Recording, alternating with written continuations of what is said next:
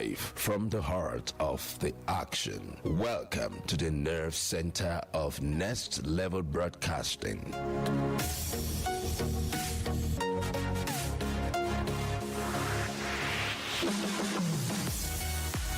This is the OB van, where the studio meets the street. Equipped with cutting-edge cameras, crystal clear audio, real-time switching, and broadcast control, we don't just capture moments, we deliver the experience live. Anywhere, anytime, from stadiums to red carpets, breaking news to buzzing festivals, weddings, birthdays, and all sorts of ceremonies. We bring the world to your screen in real time. It's not just a van, it's a complete mobile production house, a command center, a broadcast beast. This is more than a broadcast. This is the OB van difference. Live, loud, limitless.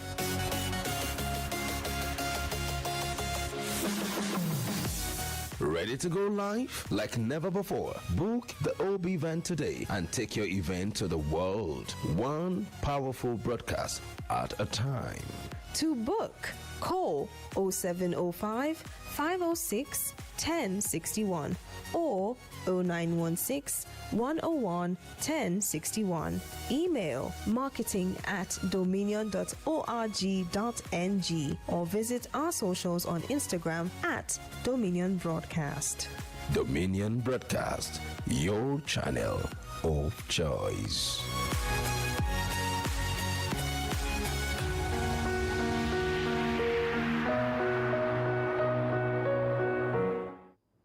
Good morning, Nigeria, and welcome to a brand new week on Daybreak Live, right here on Dominion Television. It's Monday, November 10th, 2025, and I'm Samson Balogun. It's great to be back, energized and ready to help you start the day informed and inspired. Definitely, and I'm Oluwayemi Adelakun. Together, we're journeying through the stories shaping our world this morning, from politics to security and everything in between. Whether you're at home, at work, or on the move, we're glad to have chosen to begin your day with us. All right, we'll begin this morning on a grappling note. In the troubled northeast part of Nigeria, Boko Haram and ISWAP are said to be locked in a fierce battle for control and of Borno's Lake Island, of course, somewhere around Lake Chad Islands. It's a struggle not just for territory, but for dominance, influence, and survival. What does this internal war mean for regional stability and Nigeria's long fight against insurgency? We'll take a closer look at the implications, the humanitarian toll, and how the military and intelligence community are responding to these evolving threats. All right, right after that, we'll bring you weather update, followed by Daybreak News, a crisp roundup of top stories making waves across Nigeria and around the world. Stay tuned for newspaper review and analysis, where we break down the headlines and connect the dots behind today's biggest stories. And for our big story today, beyond the ballot, understanding the forces that shaped the Anambra governorship election. The election may be over, but the conversation is just beginning, from voter behavior to political alliances, from security interventions to economic undercurrents. We'll explore the unseen forces that defined the outcome of one of Nigeria's most politically charged polls. Definitely, and joining us on Park It All is Afino Eboseleme, a research and public affairs analyst, and he helped us make sense of that topic this morning. All right, moving on from there this morning. The show is still Daybreak Live, and that's one conversation you definitely don't want to miss. Please stay with us. Stay with us.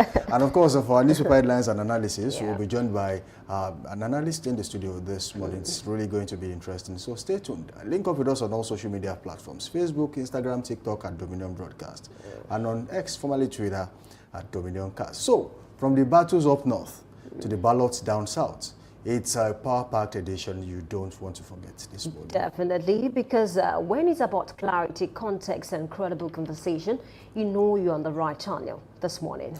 This is Daybreak Live on Dominion Television, where every sunrise meets insight. Let's dive right into it this morning. You're getting poetic by the day, and I love that.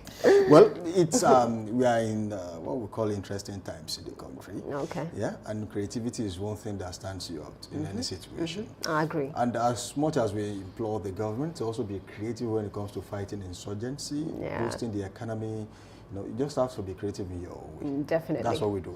I agree with you. But let them leave poems too. Let them solve the issues and leave poems. Leave poems aside, solve the security crisis in the country. Definitely. Well, talking about insecurity in the country, well, let me first of all say good morning to you. Good morning. Nice to have you back on the show. It's a fresh week and most definitely fresh ideas. Happy New Week. Happy New Week to you too. And to the of course viewers. to our esteemed viewers out there. Yes. Yes, something really pressing. I saw the headlines yesterday evening. I was really sad about the current situation in the country. And why do I say that? If ISWAP and Boko Haram are at each other's neck, fighting for territory in Nigeria, then it begs question about what exactly is the government doing. Now, does it mean that they do not know the location of where these gun battle is going on? And two, do they have enough intelligence about what is going on? If the newspapers can report this, how much more of the military? How much more of the police? I mean, they should have more intelligence than we do, because they are always out there gathering intelligence. Yeah. Then the question again is, do we still have ungoverned territories in the country? Because to me, it seems like that's the only place where you can have that kind of situation, and even the government will not know about it. Those should be ungoverned territories. So it's becoming more and more of a problem. If ISWAP is not about ISWAP and the Nigerian military anymore, it's about ISWAP and Boko Haram. So they have left the Nigerian military aside. Look, stay right there. Let's have a conversation. We are brothers. Just like that popular song, as in, it's not your time. Yes. It is a sad one, actually. And reading through the story yesterday, I'm just wondering, how did we get to the spot? Because I also read that, ISWAP have maintained dominance in that particular area, the Lake Chad Basin, since 2021, after the date of Abubakar Shekau, that's the Boko Haram leader.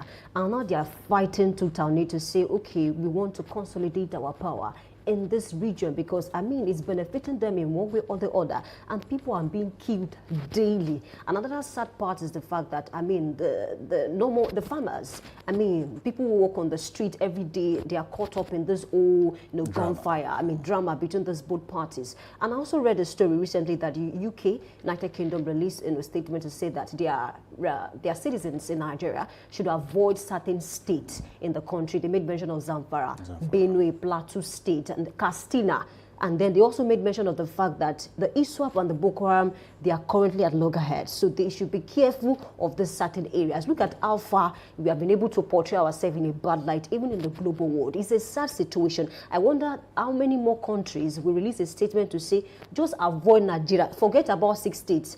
Avoid that country entirely. It's a sad one, really. And to think of the fact that recently we are still talking about how United States, referred to us as a disgraced country, a country of particular concern. And he's saying that if the federal government or maybe the presidency fails, to do what they're supposed to do, is going to come up. And then some persons are saying he has no right to come up. He's a sovereign state. This one, that one. It's a lot to unpack. I just hope that at this point in time, with everything that is going on, I want to believe that the presidency is privy to this information, this topic that we are talking about this morning. Can we bring an end to this? How did we fold our hands? How did we close our eyes to the point whereby ISWAP and Boko Haram, they have become so powerful in the nation? And of course, we are seeing, some people will say that, okay, let's negotiate with these people. Let's not kill them. I even read the report. I'm not sure whether that is true, to say that some are even saying, okay, they are humans like us. We should not refer to them as terrorists or bandits. You see, when we begin to, sugarcoat some things just so we look good, I mean, on the outside, well, this is what we get at the end of the day. You see, I read about a cleric who referred to them as, our warriors in the bushes. Wow. And then it's really got to me, because the question I asked myself is, are we truly living in the same country with someone who made this statement? Really, it's actually sad to find yourself in this situation, especially as a country, Nigeria. And I was also reading through on the internet, I think yesterday, where someone said, look, a Nigerian who is actually in the Nigerian military, and said, look, in the year 2021, that the U.S. carried out a covert operation in Nigeria.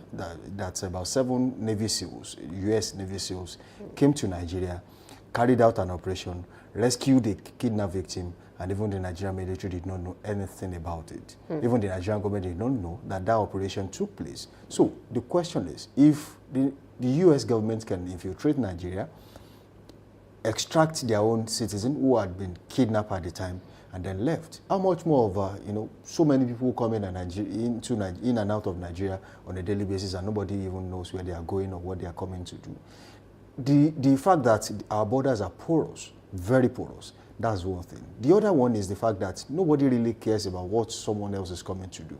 And this is not just about the government. It's about the Nigerian people too.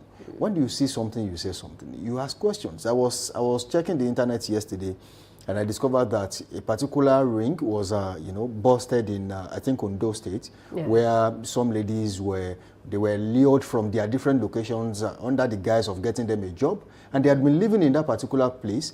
And what they were doing is that they were trading them for money and some other things. They were more or less like looking like a brothel or some sort of. But then they were living in that place. They had a landlord. They had neighbors. And most definitely, there were people who were living in that community who didn't even see anything bad in what was going on. I mean, all of a sudden, about 7, 8, 9, 10, 12, 15 girls started living in a particular apartment, and nobody has said a thing until the police actually got a tip-off from an outsider who came to say, look, let's go and see what was going there. And then eventually discovered it was not something that should have been done in the first place.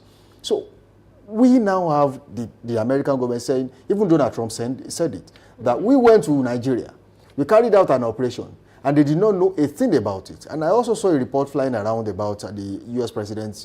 I have not confirmed that, but then he said the U.S. president said, we can capture the Nigerian president in 24 hours.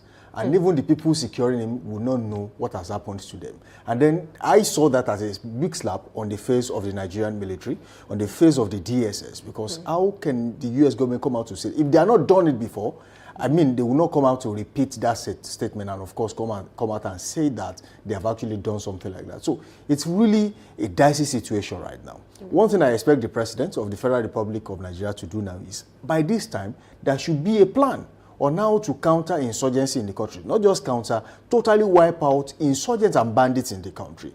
But as it stands, well, maybe it's only Nigeria that they will tell you that when it comes to security issues, they don't discuss it in the open place. But the US government does. The UK government does. The Russian government, they come out and say, look, this is our plan, and they will carry it out and make sure they see it to the end. But then only in Nigeria, if an amount of money has been disbursed or earmarked for a particular situation, especially when it comes to security, they will tell you they do not explain how it was spent, they do not explain the plans they have for the money, and then that's it. Nobody hears anything anymore. And the more this insecurity, gets bigger in the country, the more money we are spending on insecurity.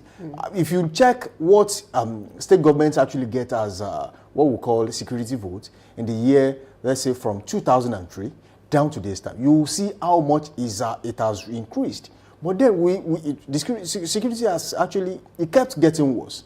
Then the question is, are we monetizing insecurity in this country?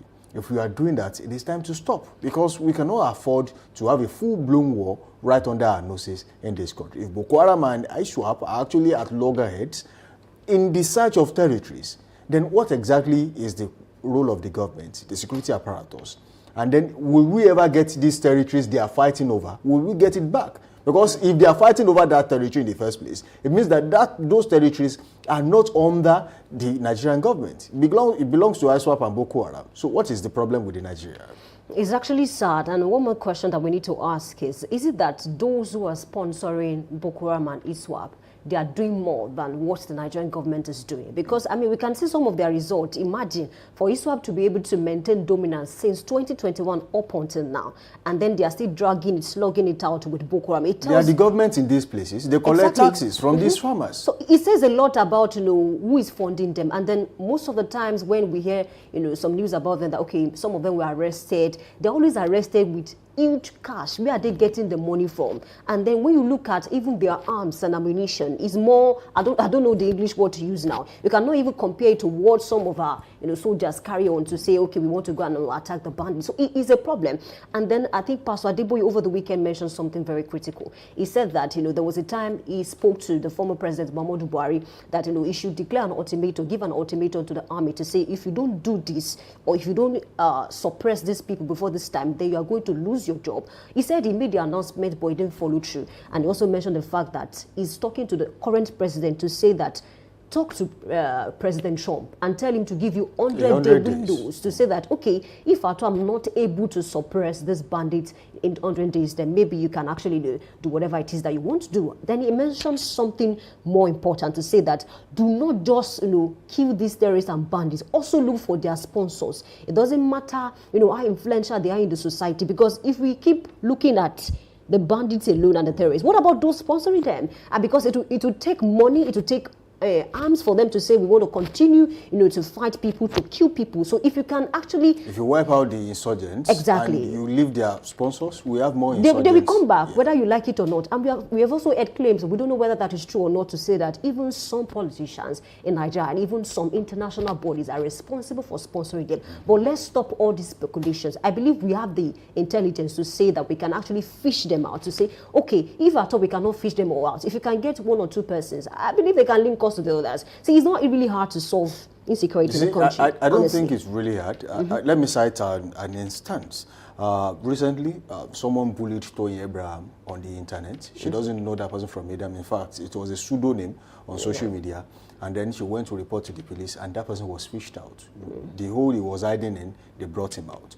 Now, what I'm trying to say in essence is, have you seen some videos flying around on social media where bandit Boko Haram members, they are going on live on TikTok, they are going live on Facebook, they are making videos, they are posting videos.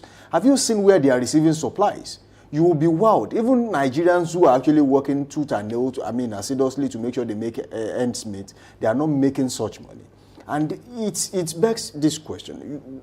There are also information that choppers are being used to supply these people in the bushes. Who are the ones supplying them these things they need? Who are the ones behind the sponsorship? These are the questions. Recently, I think that was under the Goodluck Ebele Jonathan administration. Okay. A list was given to him about people who were perceived to be major sponsors of Boko Haram in the country. Till today, nobody has mentioned one name.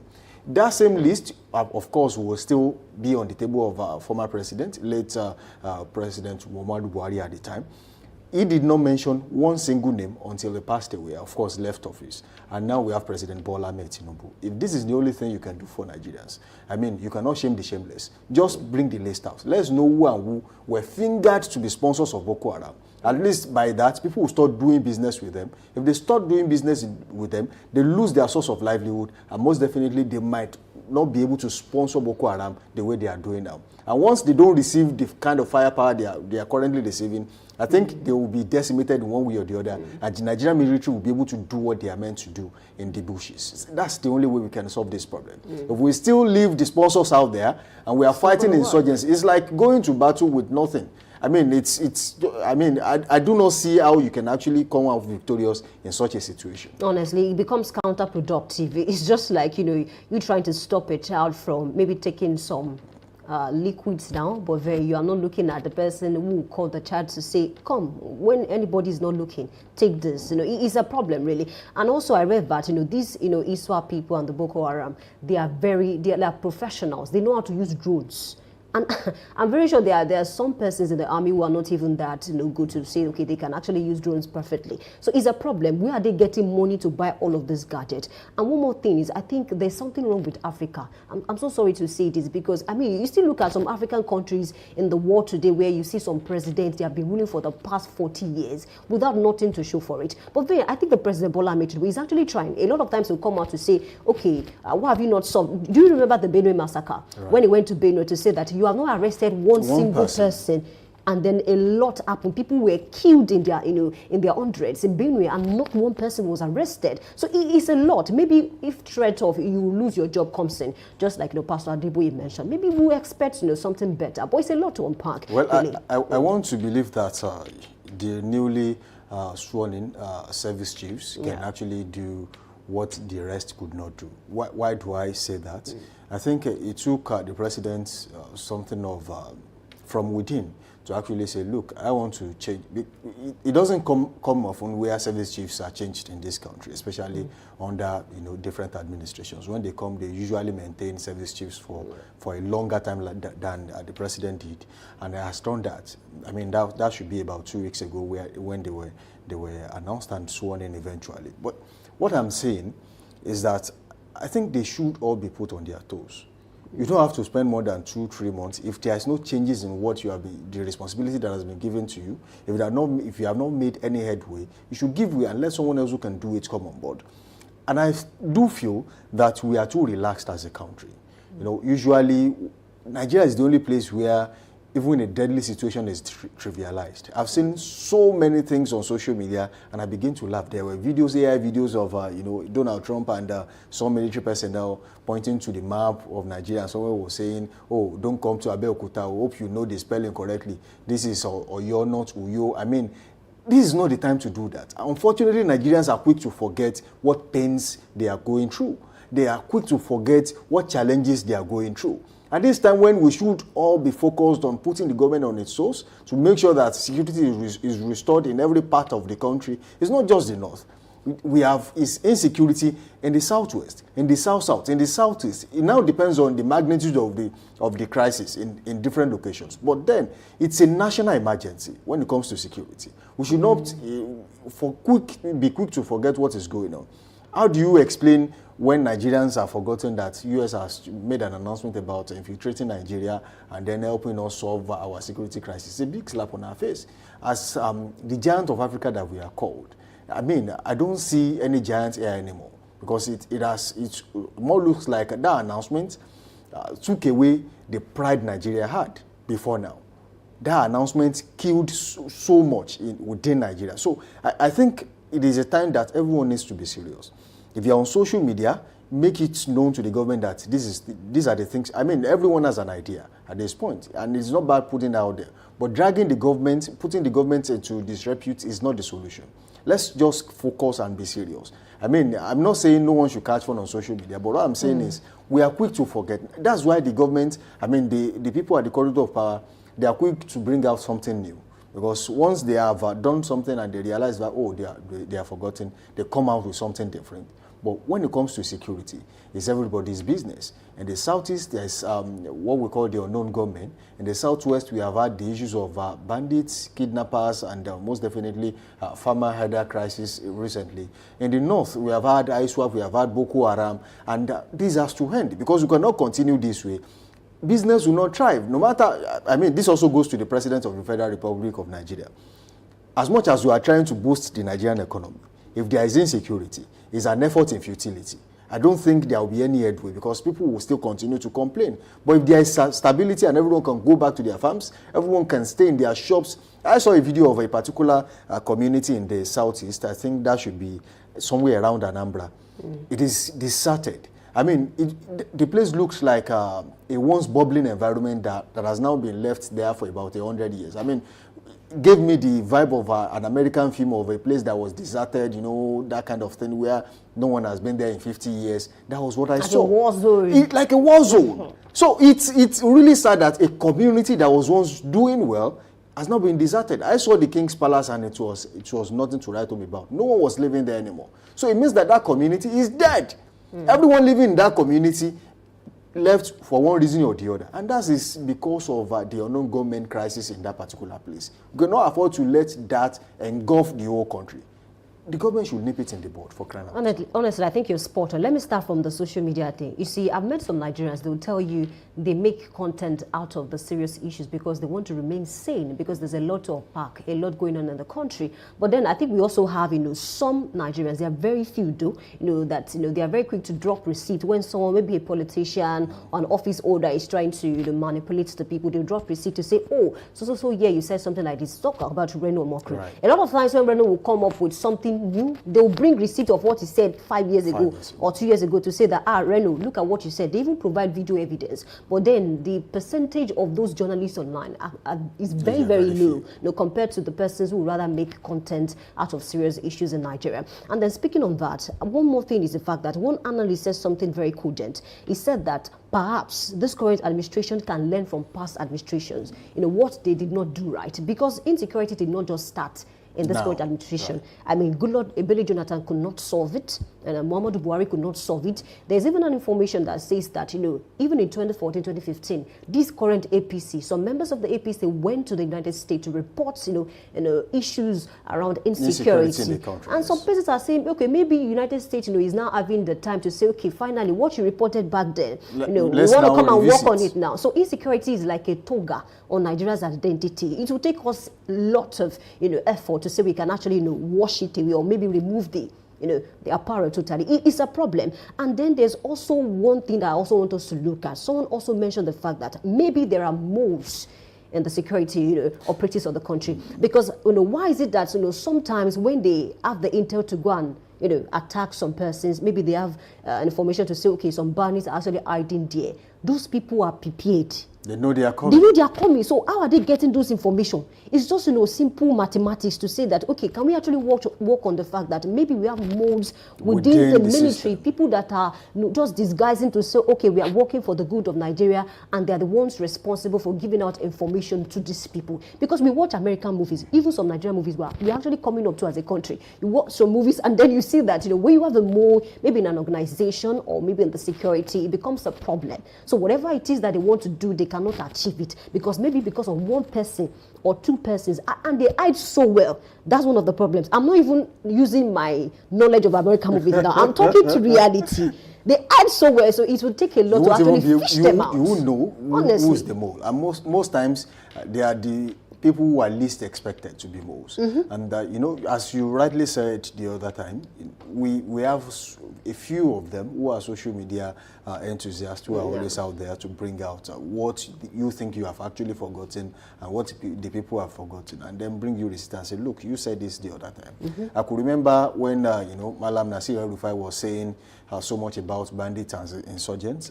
There was a video of him that was brought about that said, look, he said, no country should negotiate with bandits. And then there was a video of him that said, look, the host was actually asking him, is there any other way to... He said, look, give me any other way if not to compensate these people and let them go.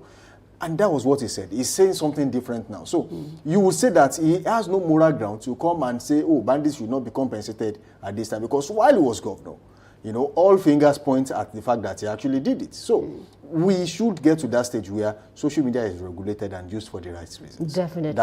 This will be the confident point to draw because it's on this particular segment of the show this morning. And we'll take weather report. And we'll be starting with the ancient city of Ibadan. This morning, the ancient metropolitan city of hospitality, and weather in Ibadan as we speak is quite friendly at 24 degrees Celsius right here in Ibadan. And later in the morning, it will be mostly cloudy and rise to 29 degrees Celsius. It will be partly cloudy in the afternoon at 33 degrees Celsius, mostly clear in the evening at 26 degrees Celsius, and partly cloudy overnight at 24 degrees Celsius in Ibadan today. All right, let's cross over to Lagos State. Weather this morning feels like 30 degrees Celsius. And later is expected to be around 29 degrees Celsius, mostly cloudy, around 7%. And in the afternoon, 30 degrees Celsius, mostly cloudy, around 5%. In the evening, 28 degrees Celsius, mostly clear, around 5%. And overnight, 27 degrees Celsius, partly cloudy, around 9%. That's what we have for Lagos this morning. All right, moving on to Abeokuta in Ogun State. This morning, weather currently feels like 24 degrees Celsius, same as Ibadan this morning. Later in the morning, it will rise to 29 degrees Celsius, mostly cloudy.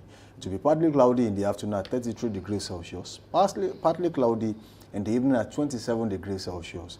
And overnight, it will be mostly clear at 25 degrees Celsius in Abeokuta, Ogun State this morning. All right, let's cross over to Ondo East this morning. Weather feels like 24 degrees Celsius and later is expected to be around 28 degrees Celsius, partly cloudy around 2%. In the afternoon, there's a rise at 32 degrees Celsius, mostly sunny around 2%. In the evening, it comes down again, 25 degrees Celsius, partly cloudy around 13%. And overnight, 24 degrees Celsius, cloudy around 11%. That's what we have for Ondo East this morning. All right, moving on to in Kwara State this morning. Weather currently feels like 23 degrees Celsius right there. Mostly cloudy this morning, but later in the morning it will be mostly sunny at 29 degrees Celsius. By afternoon, it will rise to 33 degrees Celsius, sunny right there in Kwara State. It will be mostly clear in the evening at 26 degrees Celsius and cloudy overnight at 23 degrees Celsius. So if you are in Kwara State today, it looks like the weather is kind of favorable. Okay, from there, let's cross over to Abuja FCT this morning, the Federal Capital Territory. Weather feels like 23 degrees Celsius, and later this morning is expected to rise to 30 degrees Celsius, sunny around 0%. In the afternoon, 34 degrees Celsius, partly cloudy around 0%. In the evening, 27 degrees Celsius, partly cloudy around 1%. And overnight, 24 degrees Celsius, mostly cloudy around 4%. That's what we have for FCT this morning. All right, moving on, still in the, of course, in the north central this morning, that's Suleja in Niger State. Weather currently feels like 22 degrees Celsius. It's quite fair this morning in Suleja. And later in the morning, it will be sunny and rise to 29 degrees Celsius. Partly cloudy at 34 degrees Celsius in the afternoon. Also partly cloudy in the evening at 26 degrees Celsius. It will also be partly cloudy overnight at 23 degrees Celsius in Suleja, Niger State today. All right, let's cross over to Eboye. Weather this morning feels like 24 degrees Celsius, and later this morning is expected to be around 29 degrees Celsius, cloudy around 2%. In the afternoon, 33 degrees Celsius, sunny around 0%. In the evening, 27 degrees Celsius, mostly clear around 5%. And overnight, 25 degrees Celsius, partly cloudy around 8%. That's what we have for Eboye this morning. All right, lastly in Sokoto this morning, weather currently feels like 21 degrees Celsius, quite fair right there in Sokoto today. And later in the morning, it will be partly cloudy and rise to 30 degrees Celsius. It will rise higher to 36 degrees Celsius in the afternoon, mostly cloudy right there in Sokoto. And later in the evening, it will drop to 27 degrees Celsius, partly cloudy, and also partly cloudy overnight at 23 degrees Celsius in Sokoto today. And that will be all we can take on Weather Report this morning. Thank you for being a part of the show so far. Stay tuned and we'll go on a short breakdown. When we return, we'll take the news. We'll be back.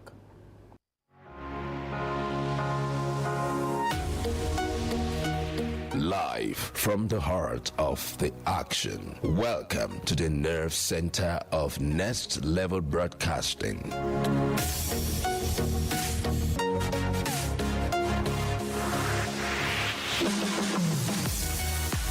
This is the OB van, where the studio meets the street. Equipped with cutting-edge cameras, crystal clear audio, real-time switching, and broadcast control, we don't just capture moments, we deliver the experience live.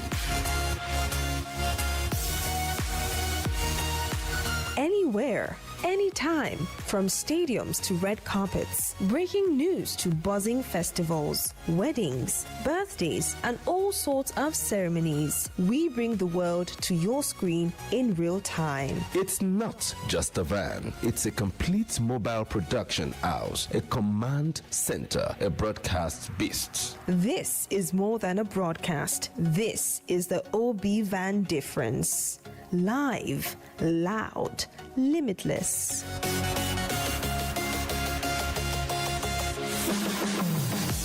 Ready to go live? Like never before. Book the OB van today and take your event to the world. One powerful broadcast at a time. To book, call 0705 506 1061 or 0916 101 1061. Email marketing@dominion.org.ng or visit our socials on Instagram @Dominion Broadcast. Dominion Broadcast, your channel of choice.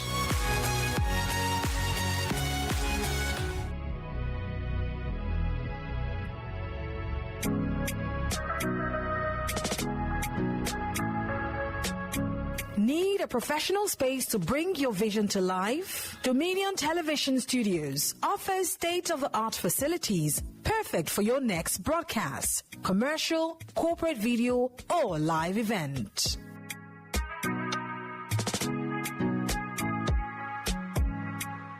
With flexible rental options, cutting-edge equipment, and a supportive team, we provide the perfect environment for high-quality productions. Unleash your creativity. For bookings, email us at marketing@dominion.org.ng. Call us on 0705 506 1061 or 0916 101 1061. Check us out on Instagram, Facebook, LinkedIn, and TikTok at Dominion Broadcast and on X at Dominion Cast. Book your space today. Dominion Television, your channel of choice.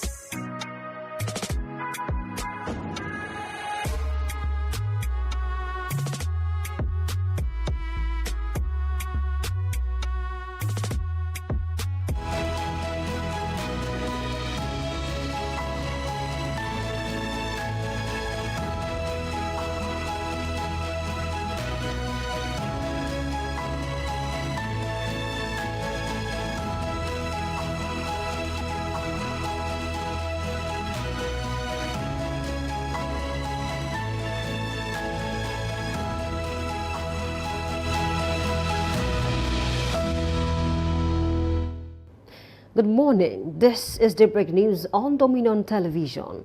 I'm Oluwayemi Adelakun. President Bola Tinubu has congratulated Chukwuma Soludo on his re-election as governor of Anambra State.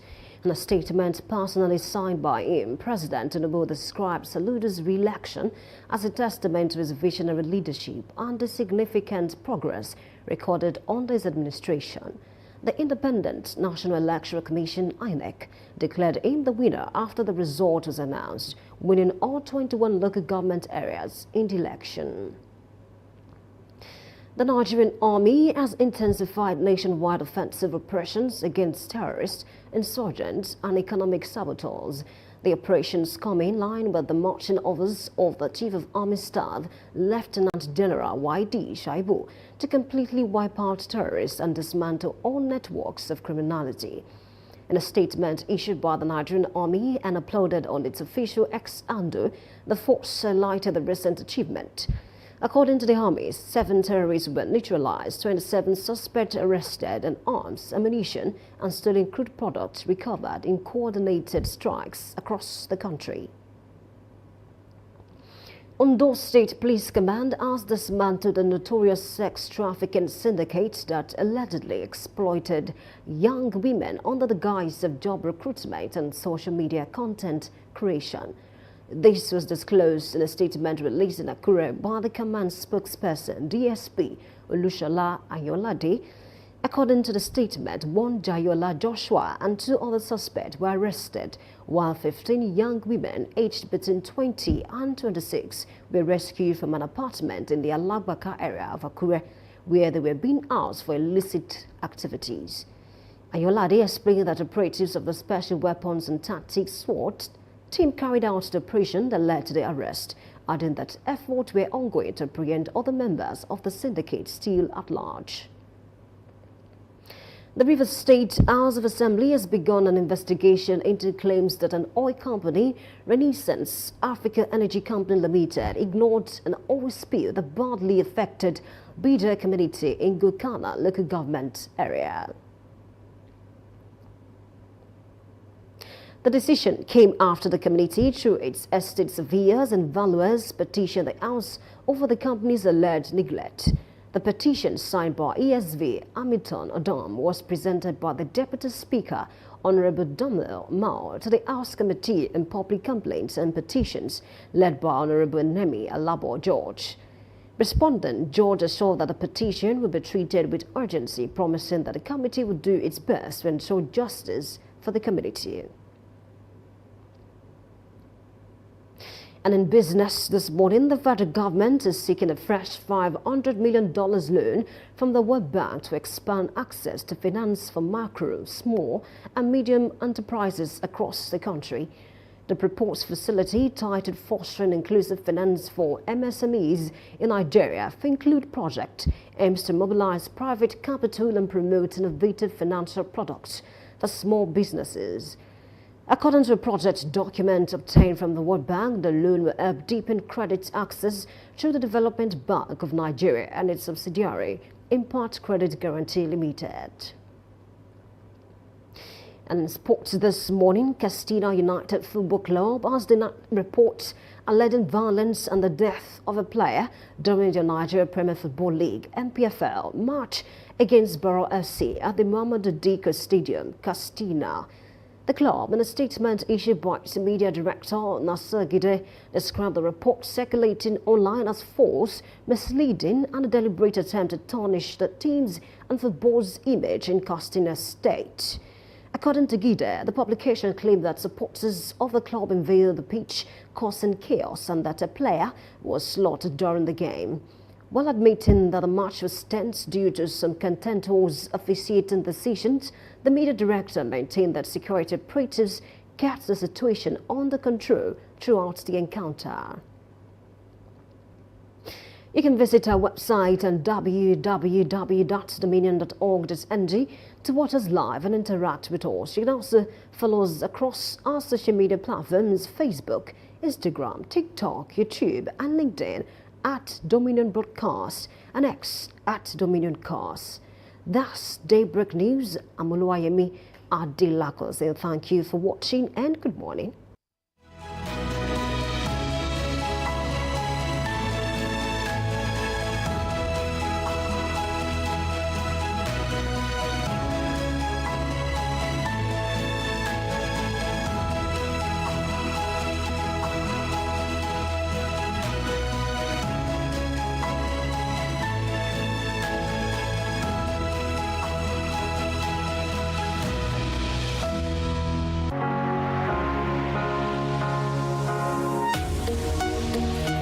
Live from the heart of the action. Welcome to the nerve center of Next Level Broadcasting.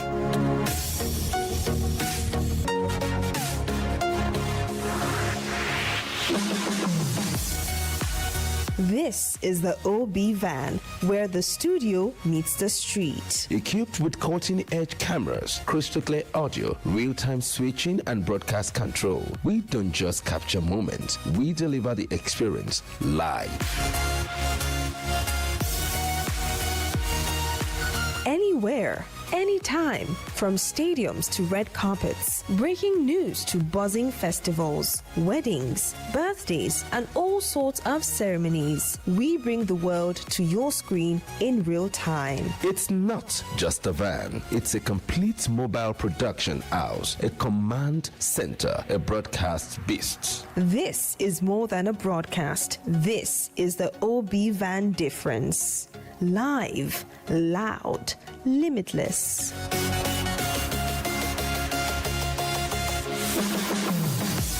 Ready to go live? Like never before. Book the OB van today and take your event to the world. One powerful broadcast at a time. To book, call 0705 506 1061 or 0916 101 1061. Email marketing@dominion.org.ng or visit our socials on Instagram at Dominion Broadcast. Dominion Broadcast, your channel of choice.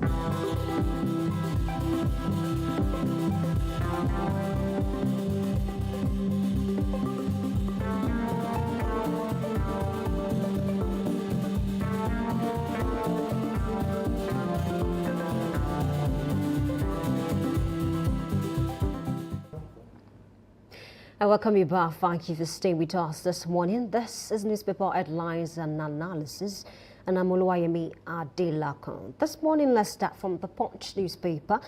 The banner headline is saying something very serious. PDP crisis, 3,000 delegates set for high-stakes convention. And that headline as is rider, Makinde Wike camps straight blows as delegates get up for convention.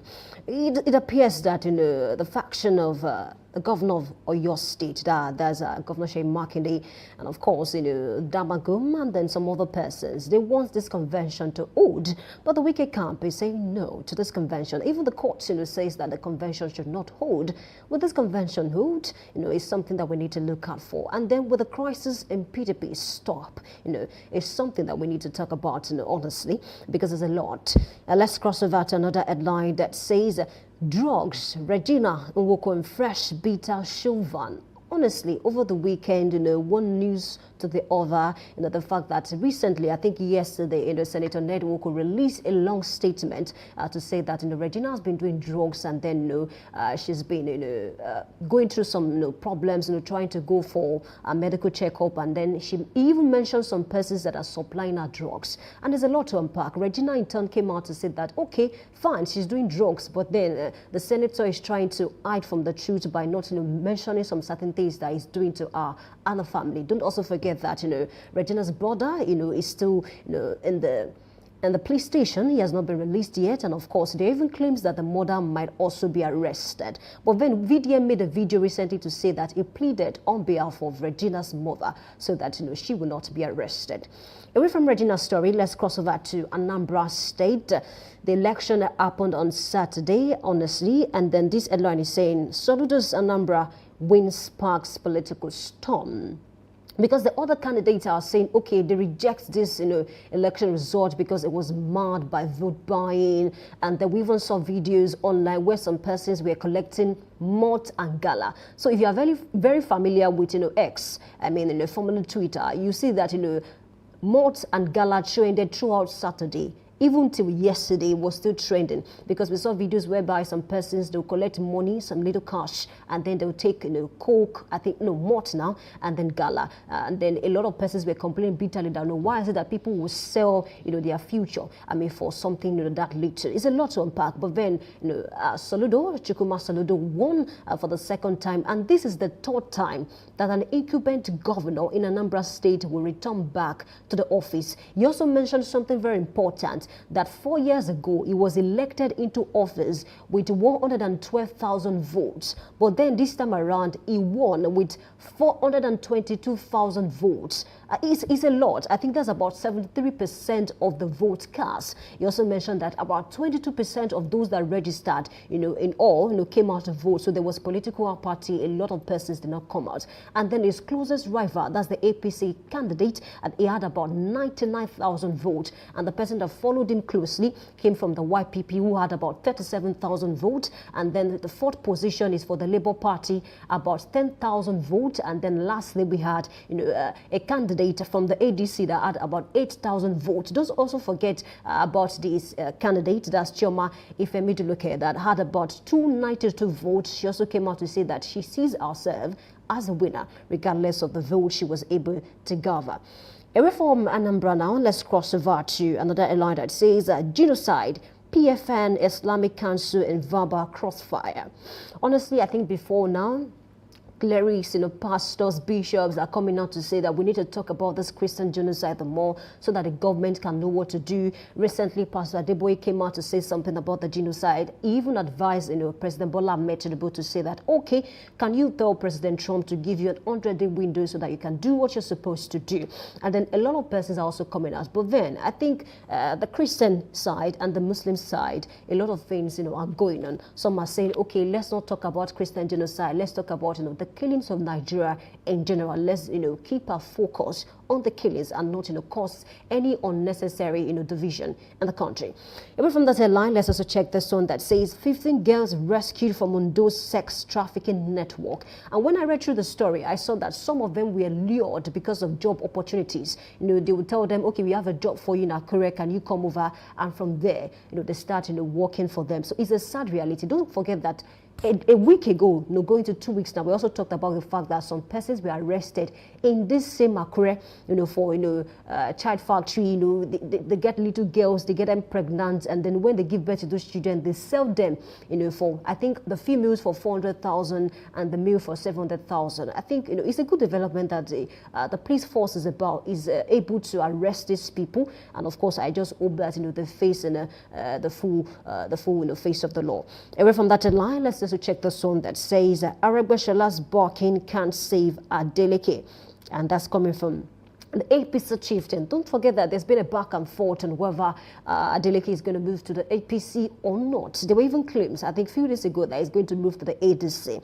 Now an APC chieftain is saying that Aragbe should not even think about it, that no matter how much he supports Adeleke, it will not save him in the next election. Well, I mean, 2026 is very near, and I think that the election will come up, and then we'll get to know who is going to win that particular election.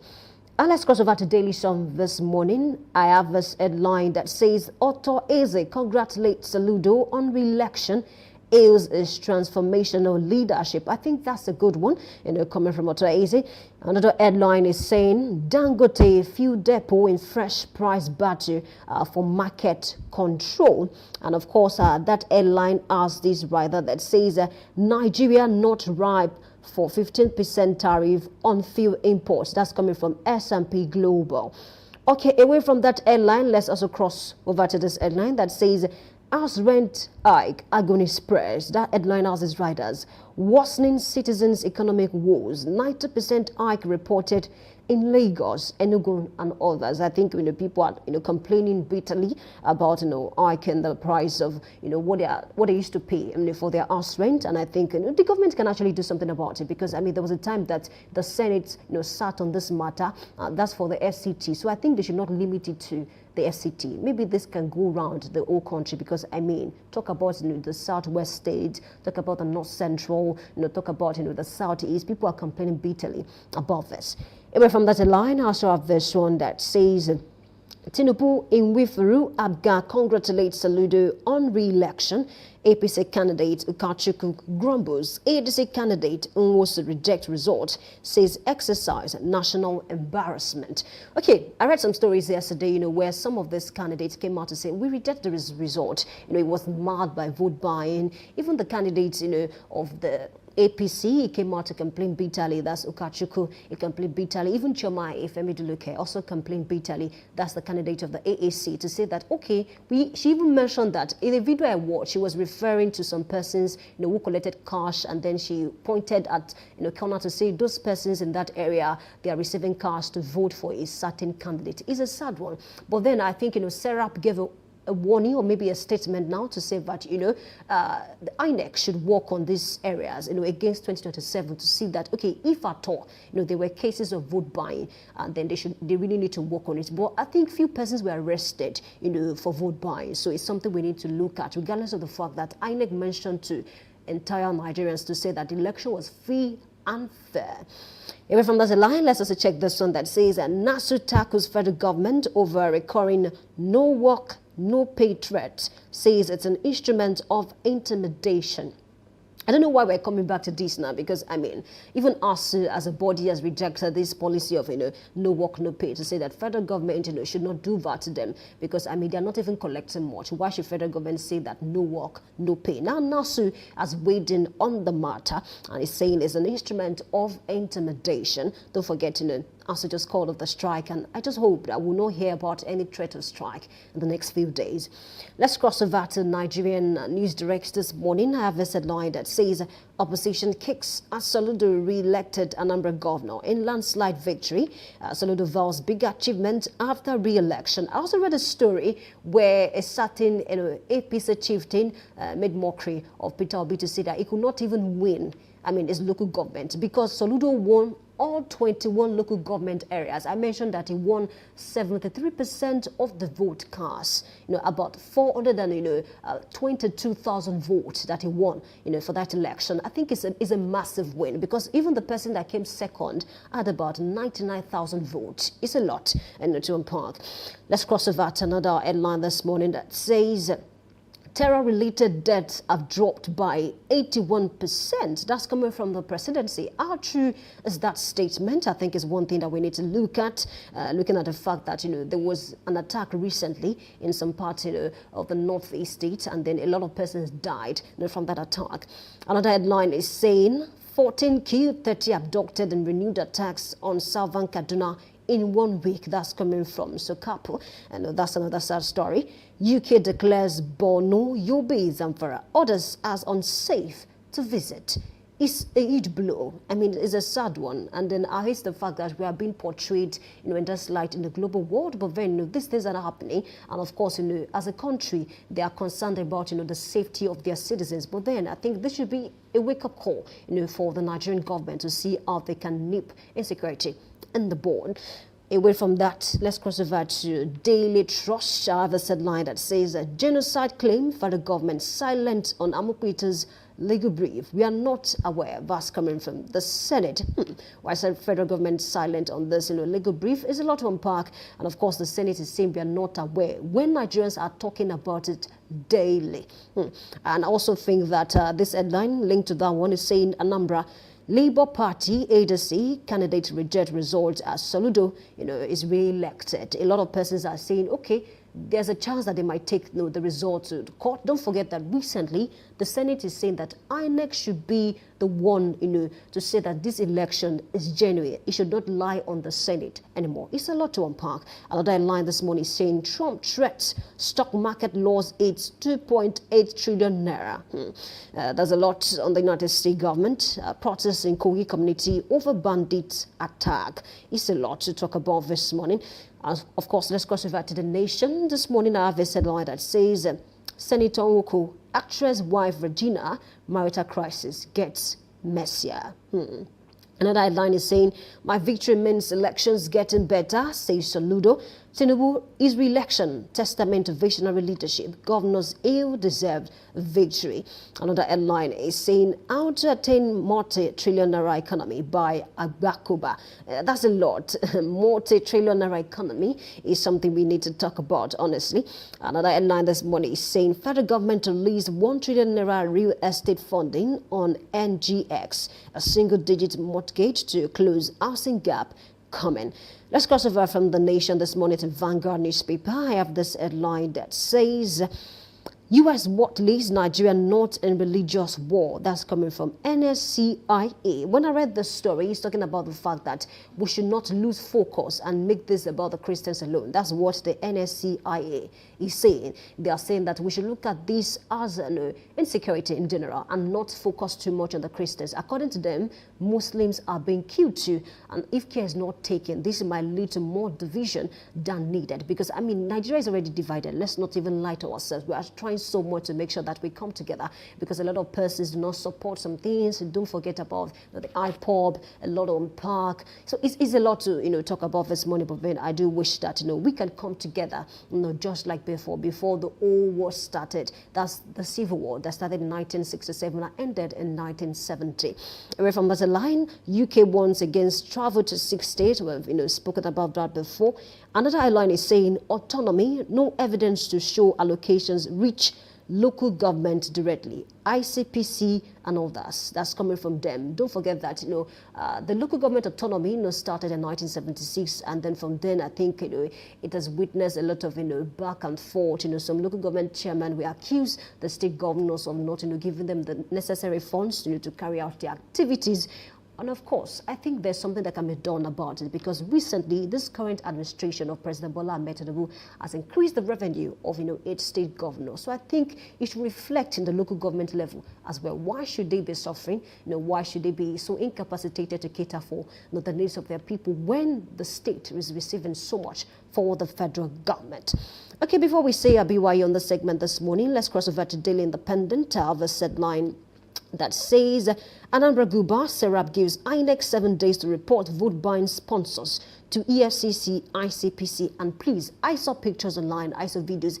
A certain man, had a bag, and then we saw, loads of cash in that bag. It was opened, for the public to see. So these are the things that we need to investigate. Who are the sponsors, of this vote buying? Because INEC is saying, oh, the election went so well, free and fair. Actually, we didn't even see or maybe witness any issue of maybe people came to snatch ballot boxes. So we say kudos to INEC on that. But then this issue of vote buying, we saw pictures, we saw videos. So investigations must be done on that note so that we can better prepare for the general elections.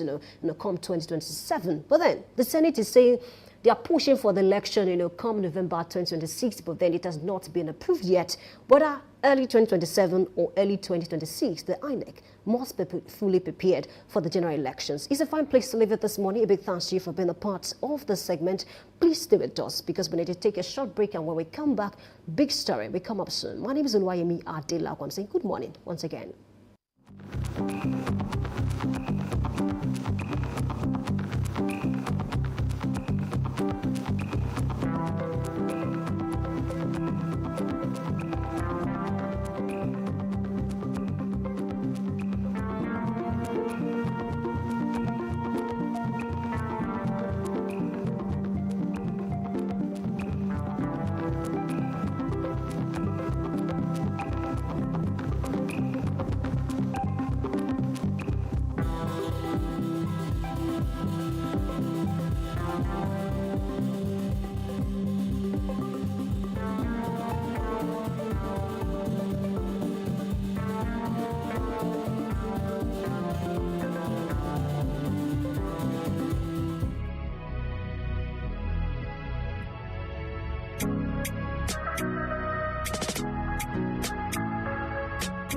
Need a professional space to bring your vision to life? Dominion Television Studios offers state-of-the-art facilities perfect for your next broadcast, commercial, corporate video, or live event.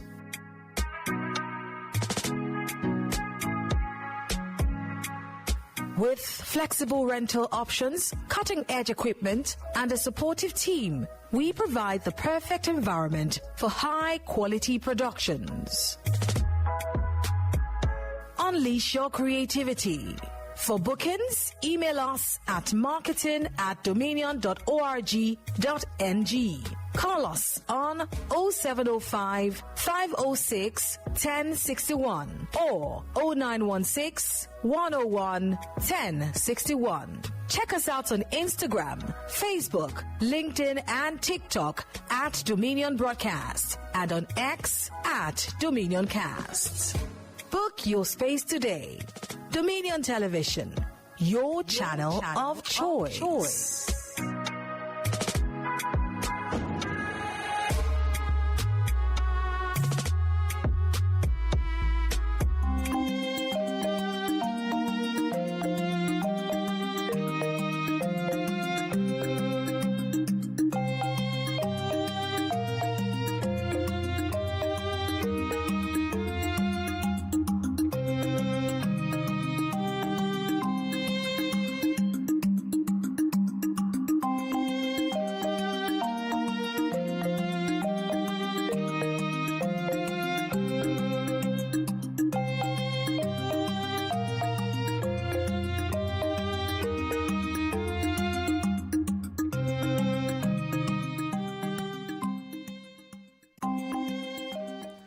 Good morning, Nigeria, and welcome to the big story on Daybreak Live. I'm Samson Balogu, and today we are going beyond the ballot to understand the forces that shaped the just concluded Anambra governorship election, an election that tested not only political strength, but also the very pulse of Nigeria's democracy. It was a contest of ideas, influence, and identity where expectations ran high, yet voter enthusiasm remained surprisingly low. As the dust settles, we ask, what really determined the outcome of this race structure? Personality or power play behind the scenes? The 2025 Anambra governorship election was more than just another trip to the polls. It was a political mirror reflecting the hopes and hesitations of the southeastern electorate. According to data released by the Independent National Electoral Commission, INEC, 2,126,938 voters were registered across Anambra's 21 local government areas. But only about 602,424 were accredited, showing a participation rate of less than 30%, a clear indication of growing voter apathy in the region once known for its political vibrancy. In the final tally, Governor Charles Chukwuma Soludo of All Progressives Grand Alliance, APGA, secured a second term in office, polling 182,921 votes, while the All Progressives Congress APC followed with 74,620 votes. You would have said followed closely, but wasn't close. The People's Democratic Party, PDP, trailed with about 68,433 votes, a performance that raised serious questions about the party's relevance and internal cohesion in the Southeast. Yet, the victory was not without controversy. There were allegations of vote buying in several local government areas, with reports suggesting that cash inducements and material gifts influenced voter behavior. Some polling units, particularly in Ogbaru, Inewi South, and Ehiala, also experienced delays due to incomplete sensitive materials, including missing result sheets, sparking tension among voters and party agents. While security presence was largely calm and professional, the credibility of the process came under quiet scrutiny. For many analysts, the election represented both continuity and caution. Continuity in APGA's dominance and caution in the electorate's disengagement from the political process. But what does Soludo's re-election truly signify for Anambra's political landscape? How does the PDP's poor showing reshape opposition politics in the region? And what lessons does this hold for Nigeria's broader electorate's future? To help us unpack these is Ofino Ebuselume. I will call him Ofino Ignatius. Will be joining me in the studio this morning to make sense of what is currently happening in Anambra. We'll be exploring the anatomy of this election, the numbers, the narratives, and the nuances that shaped the final outcome. But before I bring on Ofino this morning, let's see the video of how the current governor, who is now being re-elected, was announced as governor. And of course, there was a by-election for his senatorial seat right there in Anambra State. We'll be back shortly. Professor Edova Bright Omorige, Senior Advocate of Nigeria, Vice Chancellor, University of Benin, hereby certify that I am the returning officer in the 2025 Anambra State governorship election held on the 8th day of November 2025. I also certify that the election was contested and that the winner emerged. The candidate with the highest number of votes cast and percentage have all been computed. I therefore declare that Soludo Charles Chukwuma of the APGA, I will satisfy the requirement of the law and score the highest number of votes in this election. Is hereby declared the winner and return elected. Make the declaration that Nwachukwu Emmanuel C. Nwachukwu Emmanuel Chukwuma of APGA, APGA, having satisfied the requirements of the law, is hereby declared the winner and returned elected.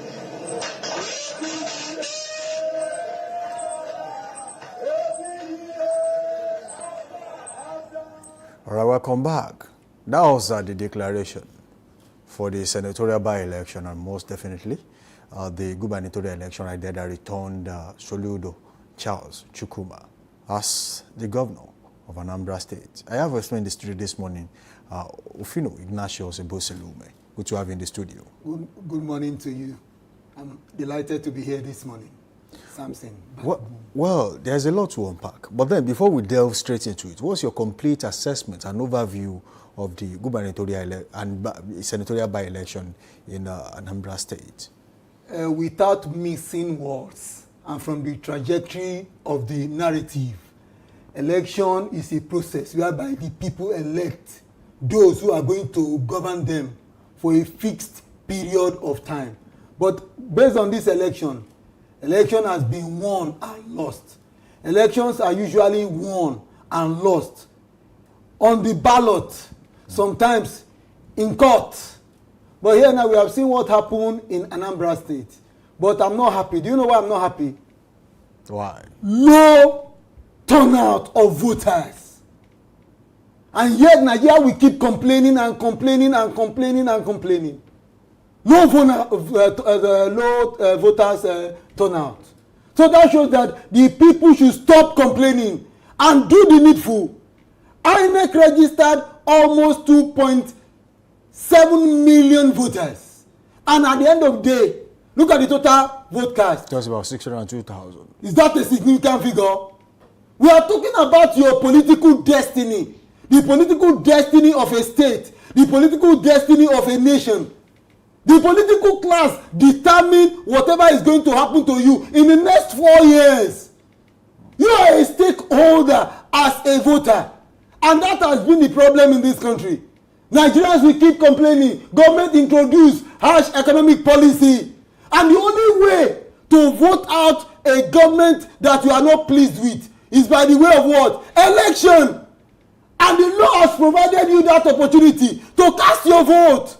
If you want an oppressor to remain in power, the only way to do it is to cast your vote. If you want an oppressor to be out of power, the only way to do about it is to cast your vote. But look at what is going on now. Does this speak well? Does this election reflect the will of the Anambra people, or there was an underlying political influence? It was a minority vote cast. 21%. If a student scored 21 over 100, is that a pass mark? So we have to talk to the electorate. The National Orientation Agency has a role to play. Political parties have a role to play. The people who are the electorate has a role to play.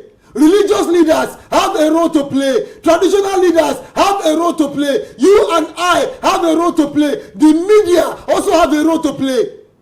But you cannot change the mind of a man who have already concluded the matter that election is being predetermined. Election result is being predetermined in this country. And that is a fallacy of the first order. It's a false narrative. How will you say that election result has been predetermined? So that is the problem. People say that a lot, that the votes don't count. So if we come, whether we are out there or not, the results will still be That's a false narrative. Now, let me now ask you this question. Do you think the low voter turnout we saw in Anambra State over the weekend was as a result of more delusionment with governance, or fear of insecurity or lack of confidence in INEC as a body? No human being was born with chains. Everyone was born with what? Free moral agent. I cannot force you to vote. But there is one thing you must know. If you are a citizen of the Federal Republic of Nigeria and you are already an eligible voter and you refuse to vote, you are not patriotic. So when we are talking about patriotism, your civic responsibility is this. If you must pay your tax, then if you are eligible to vote, you must also be involved. That's the truth. That is the essence of public governance. So the so-called citizens have a role to play when we are talking about public governance. Now, the people are not playing that roles, and they are complaining that government is introducing harsh economic policy. Let me give an instance. we have defense policy. Public governance is about what? Defense policy, healthcare policy, educational policy, transportation policy, foreign affairs policy of the government, and so on and so forth. And it is the only it is government alone that can determine that on behalf of the people, not the people themselves. So they are holding your destiny to ransom. Most of the politicians today, they are what? Political merchants. They are mortgaging the political destiny of the nation. Why? Because the people refuse to cast their vote. They refuse. You have to make your choice between two evils. You go for the lesser evil. Though we know that evil is not good. Now, Governor Charles Chukwuma Soludo's re-election consolidates APGA's long-standing dominance in Anambra State. So what would you say is responsible for this sustained dominance? You see, there is one thing I've discovered. I don't see APGA as a national party. I see it more as a tribal party. Because one of the members of one of the founding fathers of that party is the late Chief Odumegu Ojukwu, Eze Gburugburu one of Igbo land. Do you understand? So they still have reference for that man, even in death. So when we are talking about APGA in Anambra State, and you know Ojukwu is from where? Unewi, Anambra State. But there's one thing that shocked my mind. Ojukwu contested as president when he was alive. He only won in Anambra. What about the four other instances? He lost. PDP won the election at the national level there. So the time has come for the Igbo to change their orientation when it comes to issue of national politics. That is a clear example. I stand to be corrected. Are you saying they miscalculate when it comes to national politics? They do not align well. No, they don't really align well when it comes to issue of national politics. But there is one thing I'm always afraid of. If we are talking about national politics, we should not treat towards a one-party state. You know, in China, they have a one-party state. So we don't see China as Democrats. But when you are talking about democracy, you have what we call pluralistic system of government, where you have what we call many parties. But in Nigeria today, what are we having? Most of the parties that we are having today, they are registered. Some of them were unable to win politics in Nigeria. Sometimes the so-called political class, some of them are so desperate. They are political merchants. They are not even interested about the welfare of the people. When you are talking about politics, if you are doing your campaign, it should be issue-based campaign, not attacking personality. This is in terms of defense policy. This was what Party A did. But for those of us in Party B, this is what we are going to do. In terms of healthcare delivery, this was what Party A is doing. And this is what we feel they should do. But when we get there at Party B, this is what we are going to do differently. That is how to do your campaign. Issue-based campaign. When it comes to the issue of economic policy, this is what Party A did. And this is where they are getting it wrong. But for those of us in Party B, if you are elected, this is what we are going to do. That is how to run an issue-based campaign. But in Nigeria today, what we are doing is we are attacking personality. Our politics is along ethnic line, religious line. And you can see what the governor said before the election. Vote buying. Does he speak well? Before you go into that, there is a particular video I would love to see on this show this morning. That's where we talked about a few issues that happened during the election. And most definitely we'll talk about vote buying and other election malpractices that came to play in the Anambra election. We'll be back after this short timeout. Who is in charge here? Okay. I want to climb up. Stop everything now. Wait. Stop. Stop everything. Hey. Biko, Tonu. Do you have your result sheet? Why? So they are writing the result somewhere and we are voting here. No, that is not proper. Why are the result sheets not here? What is the polling unit here? What is the who? 013. People are voting and the result sheet is somewhere else and they are completing the result sheets there and computing the results. This is Ehiala.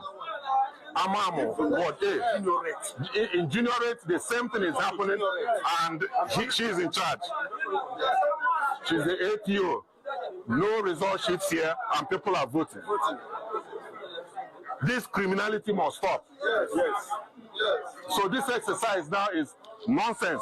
The result sheet is somewhere, and they are writing the results, and you people are standing in the sun. You can here now. Result sheet. What are result sheet in here? What are result sheet? All right, welcome back. That was a video of a political stakeholder walking around Anambra State during the election and noticed some skirmishes, a few issues here and there. And of course, there were also issues of vote buying where some people were arrested with funds. Some were even carrying cards of a certain political party right there. But then, is that the way to go? Let's talk about this very quickly. The APU, INEC ad hoc staff who was on seats, had no idea what a result sheet was, or if she had an idea what the result sheet was, she doesn't even know who was going to bring the result sheet. And people were already casting their vote. That was on Saturday. It's rather sad and unfortunate. That IPO, is she a copper? Because I know there is usually what we call training. They will invite them for training. This is how we are going to handle sensitive material on the election. But it's rather unfortunate that this lady, I wouldn't know if she's a copper. She had no information. There was no information. There was a time she did like this. Yes. I don't know. Rather sad and unfortunate. So that shows that INEC have to call this lady to questioning. Especially, that it's a spurious allegation. And it does not speak well when it comes to our own style of democracy in this part of the world. This issue of vote buying. Until you criminalize vote buying in Nigeria, it will continue. Vote buying must be criminalized. And there is one thing you must know. There must be consequence for violation. There must be consequence for violation. Now, the rules has been violated. It has been violated. Vote buying should be treated as what? A criminal act. Financial inducement. Material inducement. We have some of these pictures and we are going to show them right now. You will see how they were carrying monies in cartons. But let us ask. All the political guys are guilty. This is actually someone representing ABGA carrying money here and there. There were other pictures too. I think there was a video where millions and millions of naira were being people's funds distributed. Public funds. Public funds. That is why I keep telling the masses, they should stop complaining. Your destiny is in your own hand. But you have sold it out because you have sold your conscience. How much do they want to give you on the day of election? Will it last you forever? No. But we are talking about someone that is going to be in charge of your political destiny in the next 4 years. But you have sold out your conscience. There must be consequence. That is why I'm in support of what we call electoral tribunal. There must be consequence. Do you know most of these people are working for political bigwigs? They control the Nigerian police force. They are in charge. What we normally see in this country is what called media trial. After one arrest is being made, the next following day you see the person being released. They say power from above, constituted authority. Order from above. Order! Is that a country? Let us be frank and sincere to ourselves. There was nothing like vote buying in 1993 June 12 election. It was the freest election till date. But what are we having now in Nigeria? Cash inducement and low turnout. The voter apathy is so high. The people are complaining. And you have the option to cast your vote, to exercise your franchise as a citizen of the Federal Republic of Nigeria. INEC has a role to play. The government themselves also has a role to play. There must be electoral tribunal. The APC are in some urban areas in Anambra State during the election. Is it as a result of the fact that there's a new wave of acceptance of the APC in that part of the country as we speak? There is one thing you know, that ruling party remains the ruling party. Everyone wants to be a member of the ruling party. Nobody wants to be in the opposition. But there is one thing that I keep saying over and over again. A one-party state will never do any country any good. We still have so the PDP is still in existence. Everyone cannot be a member of the ruling party. There must be a strong opposition. That is why we have the likes of SDP. They have national chairman. Not just be in the opposition, they must also win electoral seats. You call yourself a political party and you find it difficult to win a single seat. How about Labour Party? The Labour Party, it has shown that probably the popularity of Obi is waning in the southeast. Now let's see a tabular form of the results and see which political party actually did what in the election, local government by local government. Now, this is Ogbaru local government, and you see there's a particular one that had the name of the political parties in it, and we'll see that. Yes, this is according to what we have here.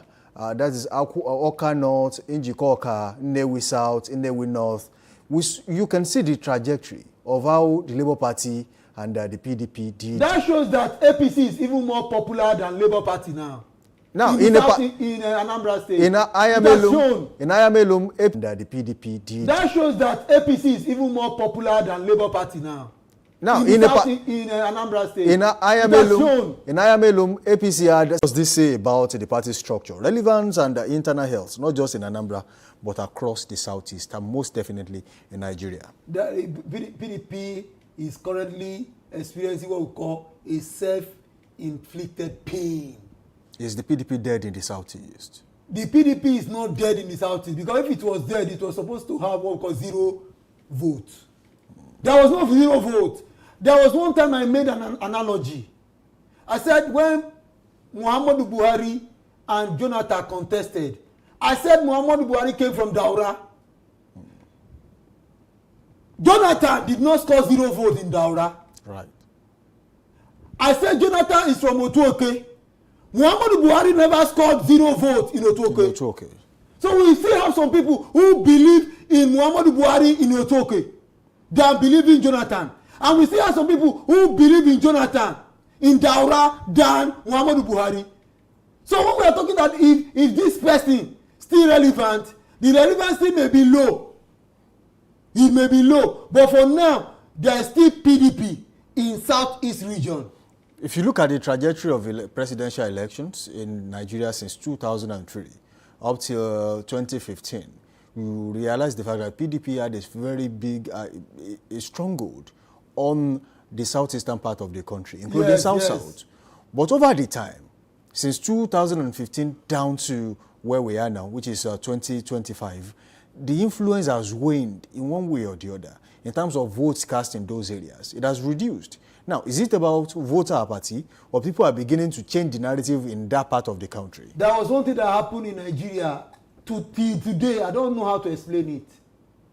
Hope Uzodinma. Right. He was fought on the ballot. He was fought on the ballot. He became the governor. He became the governor. In the Supreme Court. He won in court, not on the ballot. It was Emeka Ihedioha. Up to today, it's still a political mystery. Candidate there. It's still a political mystery to me up to today. Someone fourth position. Things are really happening in your country, or Nigeria. And he's currently in his second term. Yes, in the second term he won. The chairman governor's forum from that particular part of the country. But I'm talking about the first term. He won in the second term. But that first term, I can't factor it. Someone that's scored the fourth position. So that was why when Professor Joash Amupito gave Nigerian assurance that election results will actually be declared in the ballot, not in court. Not in court. But today now, can you invalidate what happened in Anambra State? There was vote buying. ABDA, culpable.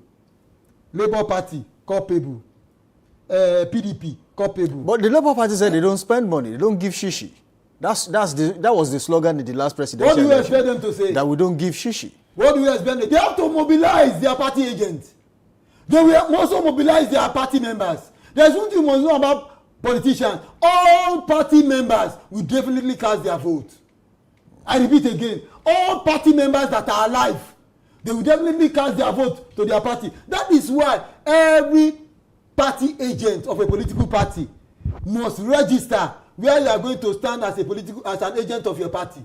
You are going to be the first person to cast your vote. So and it means that if a party has a 0 vote in a particular vote, that shows that party agent did not vote or voted for another party. Yes, has betrayed. So he can be punished. I'm not trying to tell you the logic. So what political party normally do is this. If it is APC, they will ensure that polling unit, the party agent for APC, is going to be the party agent that registered in that polling unit. The same thing applies to PDP. That is how politicians do. So if they score 0, they know that party agent did not cast his vote. He betrayed. So there is a consequence for that. So when we are talking about politics in Nigeria, it is full of intrigues, gimmicks, permutation, alignment, and realignment, and what we call the conspiracy theory. But here the election was free and fair. Kudos to Professor Ojo Amupitan. Do you understand? When you are talking about financial inducement, he's not the one to arrest. Who is to make arrest? The police. It's the police. The police is there and to they did make some arrests. The EFCC is also there to make arrests too. Where is the electoral tribunal marshal? Do we have? There should be what we call electoral tribunal marshal, whose responsibility is to arrest anyone caught in that act of financial inducement. You that is giving out and you that is receiving must be punished. That will serve as a deterrent in future. But this election to me is still valid. But the only sad incident is that there was what we call vote buying. I don't know how Nigerians are going to change their orientation when it comes to the issue of vote buying. I never heard about vote buying in 1993 presidential election. There was a saddening video that I do not want to use on the show this morning. And I saw people in Anambra State. They were taking soft drink and sausage rolls. And that was all it took. I saw it on video yesterday when I was on the live program yesterday. I was on the live program, they showed it, I saw it. That was all it took them to cast their vote. Yes. For a certain political party. They have forgotten. You know, we have to, the religious leader have a role to play. Let me give an instance. There should be consequence in Nigeria if you refuse to cast your vote. And what of this? Should we criminalize voter party? Let me give you an instance. There is a way you can be able to encourage the voters. A lot of people, because of poverty, they are not willing to cast their vote. But it's not an excuse. If you fail to cast your vote, that poverty in your life we can suggest. Now, you know, some people register with INEC. Do you know why? They said because they don't want their children to be deprived of education in government-owned schools. Sometimes when you want to open your account, they will ask you for voters. I'm just trying to give Professor Joash Amupito an advice that voters card, we can decide to design a machine in which anyone who want to apply for Nigerian passport or anyone who want to apply for opening of a bank account, that they ask for what? The voters card. When they now ask for that voters card, they can insert it in a specially designed machine. It will now indicate that you voted in 2023. That is technology. So when they now insert your voters card and you say that you didn't vote, you cannot be allowed to open your bank account. You cannot be allowed to get the Nigerian passport. That shows that you are not a patriotic citizen. It's just like an advice I'm giving Professor Amupito. Do you know that your voters card can be cloned? There is you can design a machine that looks like a POS. So when you need government service, they will ask for what? The voters card. So they will now insert it inside that machine. That machine will now indicate that in 2023 you casted your vote. But it will not reflect the party you voted for. That one will serve as a deterrent. Because now if the government say that if you do not have your voters card, they will not allow your child to be enrolled into a public school. Do you know how Nigeria will do? You know, a lot of us will go and register. But we have what we call the problem I call the conspiracy of the elite against the Nigerian state. You know, among our tertiary institutions, we have low voters turnout there. Why is it that professors refuse to cast their vote? Why? And they are the one complaining. During the last by-election in Ibadan, that was Ibadan North by-election that produced a new federal rep, and even in the University of Ibadan, within the campus. Yes! Those who are supposed to know better. I'm talking to you about intellectuals, professors, PhD holders, refusing to cast their vote. That is unpatriotism. It's not patriotic. ASU must stop. But when it comes to the issue of let's go for strike, we want a better pay. You see ASU coming out, shouting and ranting. Government policy is not good. Are they being patriotic? Does this speak well in a university? Professors refuse to cast their vote. In the polytechnic, lecturers refuse to cast their vote. Students refuse to cast their vote. Intellectual. And they are expected to know better. They are supposed to know better. That is the conspiracy of the elite against the Nigerian state. There must be consequence for that. But if it was better pay, you see us coming out, we want better pay, we want to go organize strike, industrial action. But look at the needful now. Now, let's compare what happened in Anambra State to the likelihood of what will happen in Osun State come 2026. Now, the governor of Osun State, Senator Demola Adeleke, who is the current governor of Osun State, is to contest under the PDP, but has also been rumored to be hobnobbing with the ADC, just for the fact that the PDP, they are currently having crisis in the political party. The secretary that is meant to sign the form received and bought by Ademola Adeleke is currently suspended. And then there has been back and forth about who is the acting and who is not acting and the likes. Now, will this affect the current trajectory that happened in Anambra State? Will it affect the PDP in Osun State come 2026? I am not the party spokesman for PDP, nor for ADC. I'm not also one of the political aid to Governor Adeleke. But I know the governor is traumatized. Because it's in a sensitive, it's in a state of dilemma. If the secretary does not sign his nomination form, it becomes what? Invalid. That shows that if they go ahead with the election, PDP's logo may not appear. So there is a problem on ground in PDP, an internal problem. It's factionalized. Which of the faction does INEC recognize? If Adeleke belongs to the faction that the INEC does not recognize, that shows that his nomination because what? Invalid. He has already lost the election. So for now, the governor is traumatized. He's in a state of dilemma. I pity him. I have to be frank and sincere with you. Election in Osun State is already at the corner. Asiwaju Bola Ahmed Tinubu has interest in that state.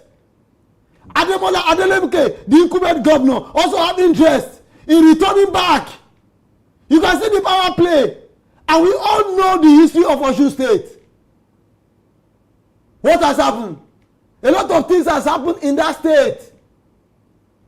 During the days of Prince Olagunsoye Oyinlola, the issue of Rauf Aregbesola, the issue of the minister of Blue the minister of Blue Economy. They are now again Ademola Adeleke.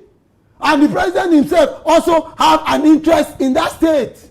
Because it was rumored that he came from Iragbiji, Osun State.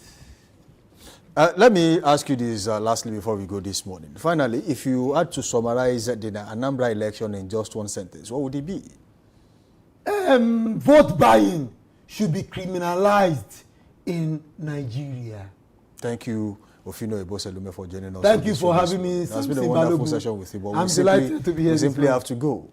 Well, that's the big story this morning. Beyond the ballots, understanding the forces that shaped the Anambra governorship election, from voter apathy to vote trading, from party strategy to public perceptions, the Anambra election has once again reminded us that democracy is not just about who wins, but how the process earns the people's trust. A special thanks to my guest this morning, Ignatius Ofino Eboselume, who is a public affairs analyst and a good governance advocate. He joined me this morning to make sense of this particular topic. Don't forget to link up with us on all socials, Facebook, Instagram, TikTok, and Dominion Broadcast, and on X, formerly Twitter, at Dominion Cast. Samson Balogun is my name, and this has been the big story on Daybreak Live, where we go beyond the headlines to find meaning in the moments that shape our nation. Stay with us. There's still more ahead on this show this morning. We'll be back.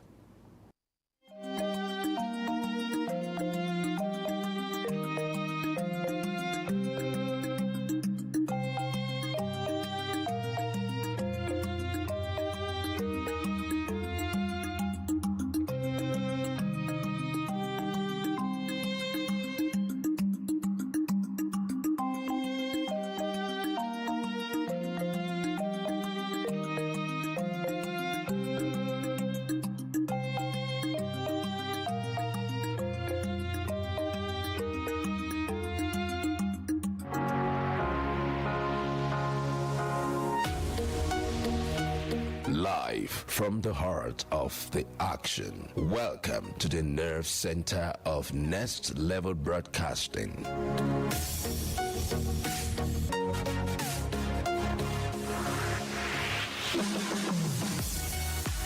This is the OB van, where the studio meets the street. Equipped with cutting-edge cameras, crystal clear, All sorts of ceremonies. We bring the world to your screen in real time. it's not just a van. It's a complete mobile production house, a command center, a broadcast beast. This is more than a broadcast. This is the OB van difference.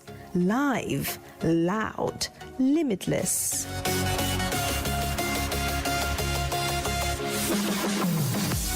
Ready to go live like never before? Book the OB van today and take your event to the world. One powerful broadcast at a time. To book, call 0705 506 1061 or 0916 101 1061. Email marketing@dominion.org.ng or visit our socials on Instagram @Dominion Broadcast. Dominion Broadcast, your channel of choice.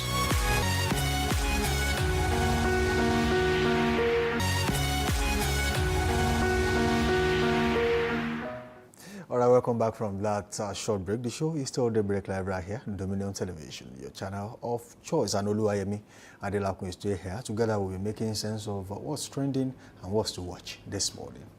I like that. Well done. Welcome back. Yeah, thank you. So for transport this morning, what we have is cooking gas still expensive weeks despite federal government intervention. We know that weeks after the federal government promised to address the rising cost of liquefied natural gas, known as cooking gas, the commodity has remained expensive across the country. Not just Abuja alone. I think in Ibadan, there was a time we used to buy for 1,300.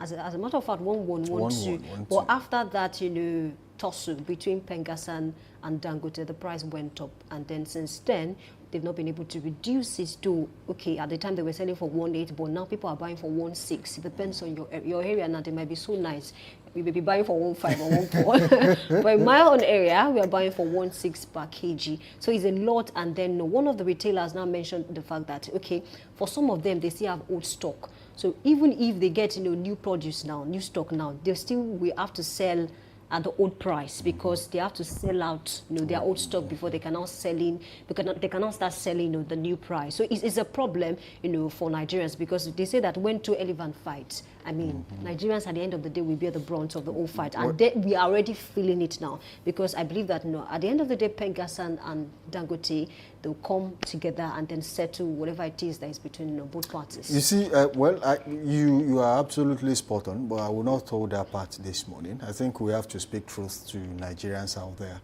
especially business owners. I see them as a part of the problem. As much as you want to blame the government for everything that happens in the country, you really have to blame some business owners too. How do you explain where you buy, let's say, what do we call this pepper, where you buy for 200 naira in one place and buy for 500 in another place? Okay. So what's the difference? It's just about 100 naira distance from these two places. But then what they do is that they want to sell at their own rate. That is understandable. But it is only in Nigeria that the prices of commodity does not subscribe to the rule of gravity. During physics classes, acceleration due to gravity, and then it was interpreted into Yoruba that Lala Toroke, Ilelombo. Unfortunately, in Nigeria, it does not come down. We defy the rule of gravity, and that's really sad. You also would testify to the fact that in Nigeria, when fuel price goes up, and cab drivers had reasons to increase their fares. Unfortunately, when the price comes down, talking about fuel, cab fees do not come down. It stays there. So there should be a regulation methodology put in place that makes Nigerians safe.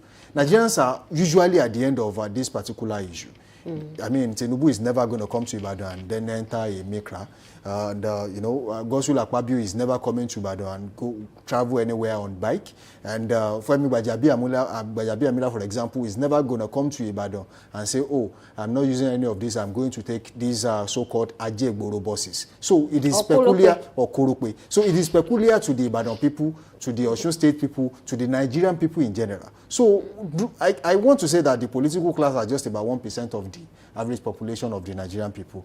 And they do not really have what we call first-hand information. That is one. Two, they do not have experience of any of these issues at all. So whoever is advising them on anything they are doing should really be careful and must always push out the right narrative to these people at the corridor of power. Unfortunately, the president does not even know if price of cooking gas is still at a particular rate in Ibadan. All he feels is that, oh, we have come out to say, look, this has to be done. We have settled the issue between Dangote and Pengasan. Business must go on smoothly. They think things are back to where they left it. Unfortunately, it has not gone back there. You are talking about Ibadan. In some places, in some locations, it is still much worse than that, more expensive than that. And these are the Nigerian people on a daily basis. They have had to struggle with the fuel subsidy removal that has affected and made calf prices and fares to skyrocket. They have had to endure the fact that food prices are now up. You have bought food. To now buy cooking gas to cook it is now a problem. I mean, I do not understand where we are going in this country. Unfortunately, that's the situation we have found ourselves. As much as you want to be the corporate guy that not tie and, of course, go to your office on a regular basis of every morning, you are still going back to the market to buy food. And as long as you earn that money you still earn, and you go to the market to buy what they are selling there right now, you are in trouble.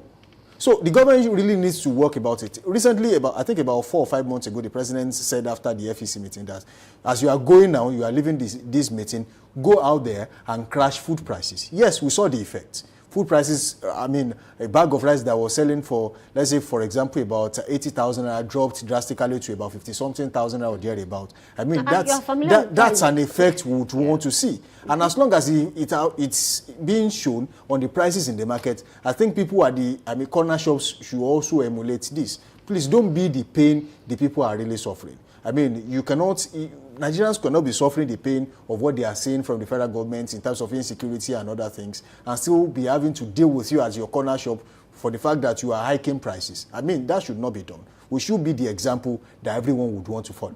I think you're very spot on because, I mean, I go to the market a lot, I mean, to get stores, and then, at times that we have issues whereby some market women would tell you this is the price, and then if you decide to step, maybe just walk down the market, price might be different. The price might be different, and then they will now tell you, those people can sell at that price, but for us, we are selling at this price because we still have old stock. So it's a lot to unpack, but then I just think the federal government, just like you said, can come in because using of gas will help us reduce, carbon emissions, unlike the traditional charcoal or that can actually lead to, like respiratory diseases. So it's a lot to unpack. I just hope we can find a place. I don't know, the price cannot go back to 1-1. I'm not so sure because in Nigeria, we can just be realistic, just like dollar. A friend of mine was telling me that, is it possible for us to see a dollar around 650, 700? I said, quite unsure of that. It's not certain, but we can still look at 900, 1,000. Maybe somewhere around let's be realistic. So let's take some comments before we go this morning. And I think Tilu says, true, it speaks loud and sparks reactions fast. Well, that's really interesting. And of course, Captain said, nothing like government intervention. This APC government is, I don't want to mention that to Nigerians, they don't care about the masses. All they do or care about is their own pockets and their families. All their families are not living here in Nigeria. Nigerians fight for yourselves. They don't even know what's going on in their kitchen. That's the issue. Honestly. I mean, how do you cook by yourself? How about someone that has a chef, has a budget for food, doesn't even care if they spent all or they have some left. They are definitely going to disburse for the next batch of, reinforcements. All they know is give me your budget for the month, and then they send the that's money. It. Well, unfortunately, we have to go on this show this morning. That's been a wonderful session right here in the studio of Dominion Television, Ibadan. All right, so until tomorrow, we shall be meeting again. Same station, same host. Samson Balogun is my name. Keep being safe out there. Keep being good. Bye for now. All right, please do well to join us tomorrow. But before I go, please, anything you're doing against poverty, legal things though, your business, your work, take it seriously. My name is Oluwayemi Adelaku. I'm saying good morning.